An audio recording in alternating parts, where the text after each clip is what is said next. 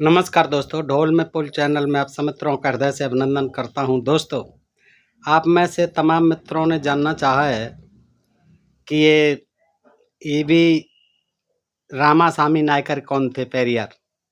ये कौन थे, उनकी सच्ची रामायण क्या है, सच्ची रामायण में किसके बारे में बताया, क्या बताया गया, वो कैसे यहाँ के लोग जो उसका विरोध करते हैं। तो दोस्तों, मैं आपको आज यही प्रसंग जो है बताऊँगा कि कौन थे ये सच्ची रामायण के लेखक पेरियार ईवी रामासामी जी और क्या है उनकी सच्ची रामायण में। दोस्तों, सच्ची रामायण जो है पेरियार ने लिखी क्योंकि वो द्रविड़ थे और दक्षिण भारत के थे। तो उन्होंने जो है ये देखा, स्टडी किया, कम से कम 40 रामायणों की उन्होंने स्टडी की और उसके बाद जो वो इस निष्कर्ष पर निकले कि आर्यों ने, उत्तर भारत में आर्यों ने जो रामायण लिखी हैं वो सब राम की मर्यादा को प्रतिष्ठित करने के लिए लिखी हैं, जबकि राम में ऐसे कोई गुण नहीं थे। उन्होंने राम के बारे में शोध किया है, उनके जो जितने भी परिवारी थे, जितने मित्र थे, हनुमान जैसे, सब के बारे में, सीता के बारे में शोध किया, गहरा शोध किया और उसके बाद में वाल्मीकि रामायण आदि रामचरितमानस सब का अध्ययन किया उन्होंने। तो जितनी भी रामायण है, तो 40 रामायण का अध्ययन करके उन्होंने जो सार तत्व निकाला वो निस्वार्थ रूप से उन्होंने जो लिखा, अपनी तरफ से कुछ नहीं लिखा। इन रामायणों से जो सार निकाला और ज़्यादातर जो वाल्मीकि रामायण से, तो वो जो उन्होंने अपनी सच्ची रामायण में लिखा है दोस्तों। और ये जो है, क्योंकि वाल्मीकि रामायण ज़्यादा हमने और आपने ज़्यादा चलन में नहीं है, व्यवहार में नहीं है, पढ़ते नहीं है, देखी भी नहीं है। संस्कृत में बताते थे पहले, लेकिन अब तो हिंदी में भी अनुवाद हो गया दोस्तों, खूब मिलती है गीता प्रेस गोरखपुर से। तो और ये तो घर घर में होती है ज़्यादातर। रामचरितमानस तो हम सब ने पढ़ी है दोस्तों, लेकिन ये जो है वाल्मीकि रामायण बहुत दुर्लभ है, इसलिए कम ही पढ़ते हैं और उसमें बड़ी सच्चाई है। राम को जो है तुलसीदास की तरह रामचरितमानस में भगवान या जो है मर्यादा पुरुषोत्तम जैसे प्रतिष्ठित कर दिया गया, वैसे नहीं है। उसमें बहुत हद तक जो है सच्चाई दी है और इसीलिए उसको जनमानस से दूर रखा गया है। तो इसी तरह ये सच्ची रामायण है। ये जो है पेरियार ईवी रामासामी जो थे, उन्होंने 40 रामायणों का अध्ययन किया, तब सार तत्व लिखा है, अपनी तरफ से कुछ नहीं लिखा है, लेकिन उन्होंने जो है बिल्कुल निष्पक्ष होकर लिखा है। तो दोस्तों, आज मैं आपके सामने, आपकी चूँकि डिमांड भी है, तो मैं ज़्यादा नहीं, संक्षेप में ही देता हूँ। और देखिए, वैसे ये देखिए सच्ची रामायण की चाबी जो है ललई सिंह यादव जी ने, बहुत पुरानी है ये पुस्तक जो है, देखिए जीर्ण शीर्ण सी हो गई है और ये 1995 की तीसरी बार हिंदी, सन 1995 ईस्वी में ये आइटम वाइज है। बहुत पुरानी पुस्तक है मेरे पास। और ये जो है ये रामायण सच्ची रामायण है। देखिए पेरियार रामासामी जी हैं, ये सच्ची रामायण भी है। और एक और पुस्तक आई है ऐसी कि सच्ची रामायण पेरियार ईवी रामास्वामी, इसके संपादक जो है प्रमोद रंजन जी हैं। तो दोस्तों, इसमें भी सार दिया हुआ है। आज मैं जो जानकारी दे रहा हूँ वो इसी पुस्तक से आपको दे रहा हूँ दोस्तों। आइए देखते हैं, प्रारंभिक जो जानकारी है, बेसिक जो जानकारी है, वो मैं आज आपके सामने रखता हूँ। तो पहले जानते हैं हम पेरियार ईवी रामास्वामी कौन थे। तो ईवी रामास्वामी नायकर पेरियार जिन्हें कहा जाता है, 17 सितंबर 1819 को पैदा हुए थे और 24 दिसंबर 1973 को इनका निधन हुआ था।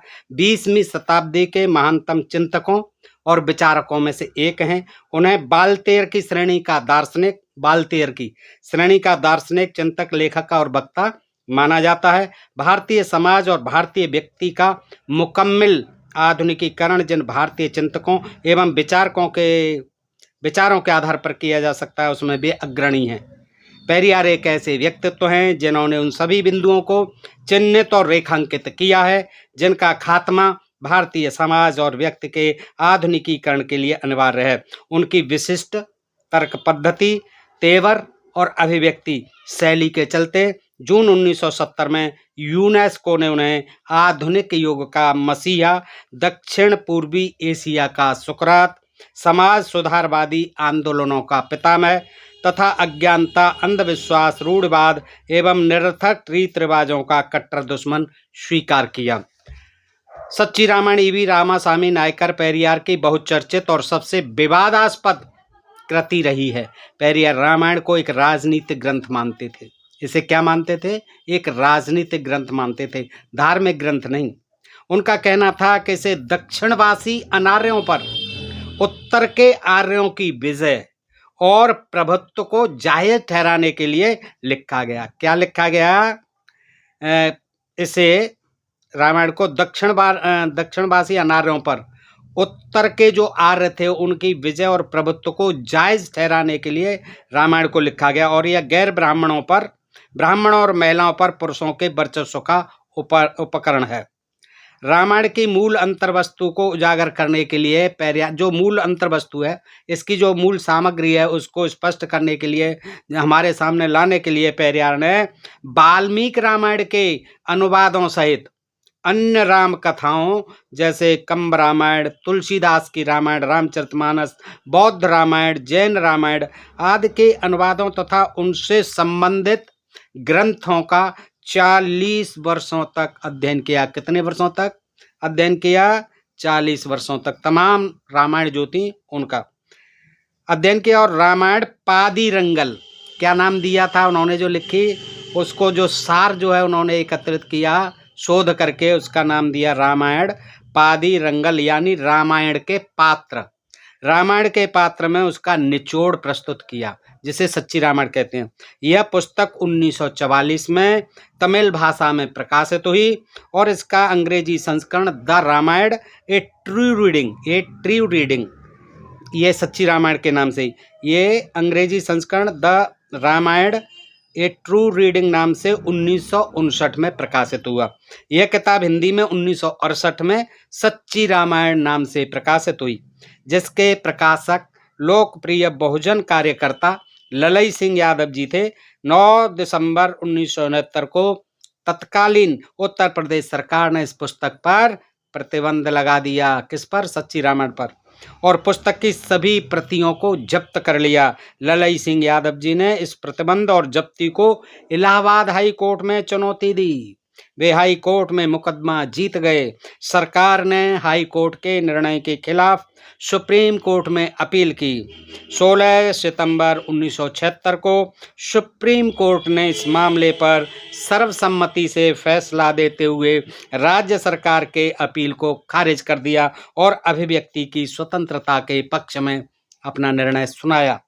प्रस्तुत किताब में the Ramayana and a true reading का नया, सटीक, सुपाठ्य और अविकल हिंदी अनुवाद दिया गया है। दोस्तों आइए देखते हैं, अब हम मेन मुद्दे पर आते हैं कि इसके बारे में क्या कहा जा सकता है। दोस्तों इसमें क्या है, दरअसल आपको एक वानगी दिखाता हूं मैं, एक बेसिक जो है जानकारी है। पेरियार की जो सच्ची रामायण है एक ऐसी अकेली रामायण नहीं है जो लोक प्रचलित मिथकों को चुनौती देती है। वाल्मीकि रामायण में ऐसे अनेक प्रसंग हैं जो तर्क की कसौटी पर खरे ही नहीं उतरते। जैसे उसमें लिखा है वाल्मीकि रामायण में कि दशरथ 60,000 वर्ष तक जीवित रह चुकने पर भी काम वासना से मुक्त नहीं हो पाए। इसी तरह वह यह भी प्रकट करती है वाल्मीकि रामायण कि उनकी केवल 3 ही पत्नियां थीं। इन उद्धरणों के जरिए पेरियार दशरथ के कामुक चरित्र पर से तो पर्दा उठाते ही हैं, यह भी साबित करते हैं कि उस जमाने में स्त्रियां केवल भोग्या थीं। 100 रख लो, 50 रख लो, 500 रख लो, 1000 रख लो, 16,000 रख लो, कितनी पत्नियां रख लो, स्त्री क्या थी उस समय? भोग्या थी। ये पेरियार का विचार इसीलिए जन्मा और इसीलिए उन्होंने बताया क्योंकि राजा दशरथ के भी जो है अनेक पत्नियां थीं, जबकि वाल्मीकि रामायण आदि में 3 पत्नी ही बताई गई हैं। बहुत पत्नियां थीं तो समाज में इससे अधिक उनका कोई महत्व नहीं था। दशरथ को अपनी किसी स्त्री से प्रेम नहीं था, क्योंकि यदि होता तो अन्य स्त्रियों की उन्हें आवश्यकता ही क्यों पड़ती। सच्चाई यह भी है कि कैकेयी से उनका विवाह ही इस शर्त पर हुआ था कि उससे पैदा होने वाला पुत्र उसका राज्य का उत्तराधिकारी होगा। कैकेयी से जो शादी हुई थी वो इसी शर्त पर हुई थी कि जो मेरा पुत्र होगा और तुम्हारी शादी जो है और नहीं, उसका राज सिंहासन आपको करना पड़ेगा मेरे बेटे को। इस शर्त को नज़रअंदाज करते हुए उन्होंने राम को राजपाट देना चाहा, जो उनका गलत निर्णय था, क्योंकि वचन पहले जो है कैकेयी को दे चुके थे भरत के लिए। राम को भी यह पता था कि राजगद्दी का असली हकदार भरत है, वह नहीं। फिर भी यह जानते हुए भी वो राजा बनने को तैयार हो जाते हैं। पेरियार के मतानुसार यह उनके सत्ता लोलुप, राज्य लोलुप होने का प्रमाण है। बस पेरियार ने ये टिप्पणी की, ये लिखी हुई है वाल्मीकि रामायण में, लेकिन पेरियार का इससे निष्कर्ष ये निकाला, उन्होंने एक शब्द एक लाइन में कह दिया कि इससे ये लगता है कि राम जो है सत्ता लोलुप थे, राज्य लोलुप थे, क्योंकि वो भी जानते थे कि इसका वास्तविक हकदार जो है पिताजी के वचनानुसार जो है भरत है, लेकिन वो तैयार हो गए। तो इससे पेरियार जी कहते हैं कि इससे ये सिद्ध होता है कि राम सत्ता लोलुप और राज लोलुप थे। कैकेयी जब अपनी शर्तें याद दिलाती है कि राम को वन भेजने की जिद पर अड़ जाती है, तो दशरथ उसे मनाने के लिए कहते हैं, क्या कहते हैं, मैं तुम्हारे पैर पकड़ लेने को तैयार हूँ कैकेयी, यदि तुम राम को वन भेजने की जिद को छोड़ दो, मैं आपके पैर भी पकड़ लूँगा, लेकिन आप जो है दशरथ ये राम को जो है वन में भेजने की अपनी प्रतिज्ञा को, अपनी जो हठ है, अपनी जो जिद है, उसको वापस ले लीजिए। पेरियार एक राजा के इस तरह के व्यवहार को बहुत निम्न कोटि का करार देते हैं। अब पेरियार का इतना ही दोष है कि देखिए वो इसमें जो है सच्चा विश्लेषण अपने मन से करते हैं। वो ये कहते हैं इस कथानक के अनुसार कि पेरियार जो है क्या है, कहते हैं कि ये दशरथ का जो है व्यवहार देखिए एक जो है राजा की तरह न होकर एक निम्न कोट के व्यक्ति का है, निम्न कोट जैसा है, ये करार देते हैं। और उन पर वचन भंग करने, वचन तो भंग कर ही रहे थे वो, और राम के प्रति अंधा मोह रखने का आरोप लगाते हैं। ये कहते हैं फिर कि राम के उसके ऊपर अंधा मोह है राम के प्रति, और कैकेयी को जो दिया गया वचन था उससे भी मुकर जाना था। दूसरी तरफ वो ये भी कहते हैं कि प्राण जाए पर वचन अनजाए, रघुकुल रीत सदा चली आई। ये जो है कि आप मांगिए अपने दोनों वचन, लेकिन उस पहले जो शादी के समय दिया गया था उस वचन को वो भुला देते हैं। राम के बारे में पेरियर का मत है कि वाल्मीकि के राम विचार और कर्म से धूर्त थे। राम के बारे में पेरियार का ये मत है कि वाल्मीकि के राम विचार और कर्म से धूर्त थे। झूठ, कृतज्ञता, दिखावटीपन, चालाकी, कठोरता, लोलुपता और निर्दोष लोगों को सताना और कुसंगति जैसे अवगुण राम में कूट कूट कर भरे थे। पेरियार कहते हैं कि जब राम ऐसे थे तो फिर राम अच्छे और रावण बुरे कैसे हो गए। उनका मत है पेरियार का कि चालाक ब्राह्मणों ने इस तरह के गैर ईमानदार, निर्वीर्य, अयोग्य और चरित्रहीन व्यक्ति को देवता बना दिया, और अब वे हमसे अपेक्षा करते हैं कि हम उनकी पूजा करें, जबकि वाल्मीकि स्वयं मानते हैं कि राम न तो कोई देवता थे और न उनमें कोई दैवी विशेषताएं थीं। लेकिन रामायण तो आरंभ ही इस प्रसंग से होती है कि राम में विष्णु के अंश विद्यमान थे। उनके अनेक कृत्य अतिमानवीय हैं, जैसे उनका लोगों को शाप मुक्त करना, जैसे अहिल्या को जो है शाप मुक्त कर दिया चरण स्पर्श करा के, जगह जगह देवी शक्तियों से संवाद करना आदि। क्या ये काम उनके अतिमानवीय गुणों से संपन्न होने को नहीं दर्शाते? उचित प्यार और सम्मान न मिलने के कारण सुमित्रा और कौशल्या दशरथ की देखभाल पर विशेष ध्यान नहीं देती थी, क्योंकि दशरथ जो है कैकेयी से हद से ज़्यादा प्यार करते थे और जो है वो उपेक्षित रहती थी सुमित्रा और कौशल्या। इसीलिए वाल्मीकि रामायण में भी कहा गया है कि सुमित्रा और कौशल्या दशरथ की देखभाल पर विशेष ध्यान नहीं देती थी। वाल्मीकि रामायण के अनुसार जब दशरथ की मृत्यु हुई तब भी वे सो रही थी। क्या कर रही थी? सो रही थी। कौन? सुमित्रा और कौशल्या। कब? जब दशरथ की मृत्यु हुई थी तब। और विलाप करती दासियों ने जब उन्हें यह दुखद खबर दी कि जागो महारानी जी, महाराज जो है विदा हो चुके, उनके प्राणांत हो गया, जगिए, तब उन्हें जब खबर दी दासियों ने, तब भी वे बड़े आराम से उठकर खड़ी होती हैं। इस प्रसंग को लेकर पेरियार की टिप्पणी है कि इन आर्य महिलाओं को देखिए, अपने पति की देखभाल के प्रति भी वे कितनी लापरवाह थीं, फिर वे इस लापरवाही के औचित्य पर भी प्रकाश डालते हैं। पेरियार राम में तो इतनी कमियां निकालते हैं, किंतु रावण को वे सर्वथा दोष मुक्त मानते हैं। वे कहते हैं कि स्वयं वाल्मीकि रावण की प्रशंसा करते हैं और उनमें 10 गुणों का होना स्वीकार करते हैं। कौन? वाल्मीकि। किसमें? रावण में। कितने गुण? 10 गुण होना यानी जो स्वीकार करते हैं। उनके अनुसार रावण महापंडित, महायोद्धा, महासुंदर, दयालु, तपस्वी और उदार हृदय जैसे गुणों से विभूषित थे। जब हम वाल्मीकि के कथानुसार राम को पुरुषोत्तम मानते हैं तो उनके द्वारा दर्शाए गए इन गुणों से संपन्न रावण को उत्तम पुरुष क्यों नहीं मानते? सीताहरण के लिए रावण को दोषी ठहराया जाता है। किसके लिए? सीताहरण के लिए। किसको दोषी ठहराया जाता है? रावण को। लेकिन पेरियार कहते हैं कि वह सीता को जबरदस्ती उठाकर नहीं ले गए, बल्कि सीता स्वेच्छा से उनके साथ गई थी। क्या हिम्मत थी! रावण की कोई हिम्मत नहीं थी, कोई ताकत नहीं थी, क्योंकि जिस धनुष को सीता जी झाड़ बुहार करते समय महल में जनक के में उठा के इधर से उधर रख देती थी, मामूली बात थी उनके लिए। जब रावण जैसे सहस्राबाहु जैसे तमाम जो 10,000 योद्धा जूझ गए, वो टस से मस नहीं हुआ। रावण कितनी सीता जी में पावर थी है, और रावण जो अपना समूह लेके चला गया था, तो ऐसे जबरदस्ती कैसे ले गए? इसी पर वो कहते हैं कि सीता स्वेच्छा से उनके साथ गई थी। इससे भी आगे पेरियर यहाँ तक कहते हैं कि सीता अन्य व्यक्ति के साथ इसलिए चली गई थी क्योंकि उनकी प्रकृति ही चंचला थी, चंचल थी, नटखट थी, और उनके पुत्र लव और कुश रावण के संसर्ग से ही उत्पन्न हुए थे। के बारे में वह बड़ी साफ गोई से कहते हैं कि रामायण वास्तव में कभी घटित नहीं हुई, ये काल्पनिक है। वह तो एक काल्पनिक गल्प मात्र है। राम न तो तमिल थे, न तमिलनाडु के से उनका कोई संबंध था। वह तो धुर उत्तर भारतीय थे। इसके विपरीत रावण उस समय लंका के राजा थे, जो तमिलनाडु के दक्षिण में है।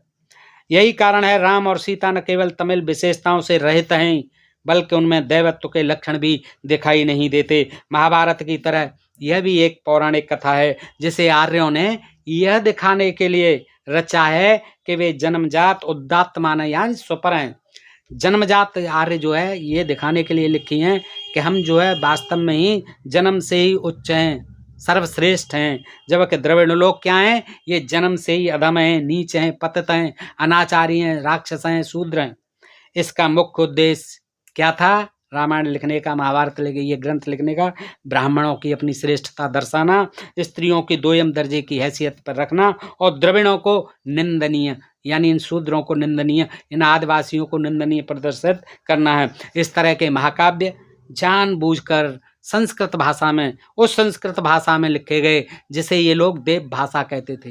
क्या कहते थे? देव भाषा। और जिनका पढ़ना निम्न जातियों के लिए, सब जातियों के लिए निषिद्ध था। वे इन्हें ऐसी महान आत्माओं द्वारा रचित प्रचारित करते हैं कि ये तो महान आसमान से टपकी हैं, ये तो अपने आप पैदा हुई हैं। ये महान आत्माओं द्वारा रचित प्रसारित करते हैं, ब्रह्मा के मुख से निकले हैं वेद, इस तरह से, जो सीधे स्वर्ग से दुनिया का उद्धार करने के लिए अवतरित हुई हैं, ताकि उनकी कथाओं को सच्चा माना जाए और उनके पात्रों और घटनाओं पर कोई सवाल न उठाए। आर्यों ने जब प्राचीन द्रविड़ भूमि पर आक्रमण किया था, तब उनके साथ, द्रविड़ों के साथ दुर्व्यवहार तो किया ही, उनका अपमान भी किया, और अपने इस कृत्य को न्यायोचित और प्रतिष्ठा योग्य बनाने के लिए उन्होंने ऐसे राक्षस बनाकर पेश किए जो सज्जनों के हर अच्छे कामों में बाधा डालते थे। यानी राक्षस ऐसे उनकी जो है उनका चरित्र चित्रण किया गया कि वो इन आर्यों की, इन श्रेष्ठ पुरुषों की, ये अच्छे लोग थे, ये पवित्र लोग थे, ये पुण्यकर्ता लोग थे, उनको जो है परेशान करते थे, धार्मिक अनुष्ठानों को ये अपवित्र करते, ऐसी कथाएं प्रचलित की गई। तभी तो विश्वामित्र ले गए कि हमें यज्ञ नहीं करने देते हैं ये आदिवासी लोग, जनजाति, जिनको दैत्य कहते थे, असुर राक्षस कहते थे, और उसी क्रम में ताड़का तमाम स्त्रियों को मरवा दिया था राम से। तो ये वही कहना था कि ऐसे राक्षस बनाकर पेश कर दिए।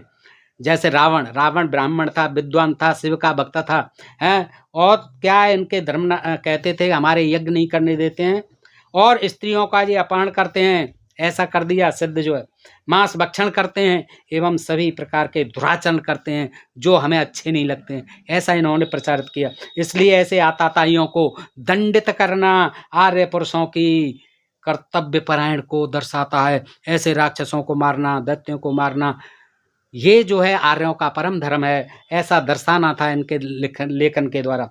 इसलिए ऐसे आताताइयों को दंडित करना आर्य पुरुषों की कर्तव्य परायणता को दर्शाता है। अब यदि तमिल जन इस तरह की रामायण की प्रशंसा करते हैं तो वे अपने अपमान को एक तरह से सही ठहराते हैं और स्वयं अपने आत्मसम्मान को क्षति पहुंचाते हैं। ऐसे ही आज भी ये शूद्र लोग अगर इन घटनाओं को सही ठहराते हैं तो वो समझिए वो अपमान को ही, अपने अत्याचार को, अपने प्रति हुए शोषण को वो जायज़ ही ठहराते। बताइए जानकारी आपको कैसी लगी? अगर आपको अच्छी लगी हो तो अपने मित्रों में दोस्तों अधिकाधिक शेयर करें, उन्हें भी बताएं इस अद्भुत जानकारी से, विलक्षण जानकारी से जो आज तक अनजानी है और आप लोगों की जिज्ञासा रहती है कि ये कौन थे और सच्ची रामायण को लिखने वाले, और क्या है इस सच्ची रामायण में, क्यों विरोध करते हैं उत्तर भारत के लोग इस रामायण का और पेरियार रामास्वामी नायकर का। तो दोस्तों आप बताइए, कमेंट में लिख करके बताइए कि ये जानकारी आपको कैसी लगी। दोस्तों मनोबल बढ़ाते रहिए, कमेंट करते रहिए, लाइक करते रहिए और ज़्यादा से ज़्यादा मात्रा में जिन्होंने अभी तक इस चैनल को सब्सक्राइब नहीं किया ढोल में पोल को सब्सक्राइब भी करते रहें। दोस्तों आपका विशेष आभार, नमस्कार, जय भारत, जय इंडिया।